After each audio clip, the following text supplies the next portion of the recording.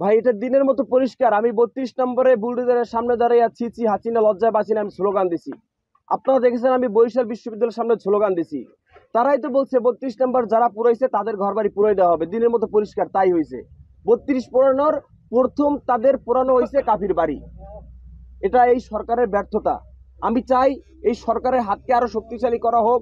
যদি সে না পারে ছাইরে দিয়া আস্তে করে বলুক দেশের মানুষ বিপ্লবী সরকার গঠন করুক। এটা তো সরকারের ব্যর্থতা। যারা পালাতক, যারা নিষিদ্ধ, তারা ক্ষমতায় তো আসতে পারে নাই। সেই অবস্থায় যদি দেশের মানুষের এভাবে আমরা যারা ফ্রন্টে থেকে আন্দোলন করছি তাদেরকে, এবং গাজীপুরেও দেখবেন, এবং উপদেষ্টা নাহিদ ভাই, আসিফ ভাই, তাদের সচিবালয়েও তো আগুন দেওয়া হয়েছে।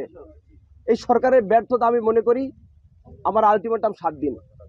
আমি 7 দিনের মাথায় রাজপথে দাঁড়াবো যদি বিচার না করা হয়, আমার ঘর যদি পূর্ণভাবে গঠন উঠানো শুরু না হয়। আপনি সরাসরি সন্দেহ করেন কিনা কাউকে? আমি ভাইয়া মিথ্যা কথা বলতে পারবো না। আমি কার নাম বলে কাকে বিপদে ফেলবো?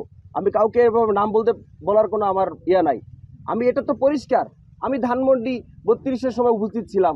আমি গিয়া জুলাই আগস্টে বরিশাল বিশ্ববিদ্যালয়ের সামনে ছিলাম। কারা আমার শত্রু এটা তো আপনারাও জানেন। 7 দিন পর আমরা দেখবো কি হয়। ওরা 7 দিনের আশায় আছি। 3, 2, 1, go, start. 1, 2, 3.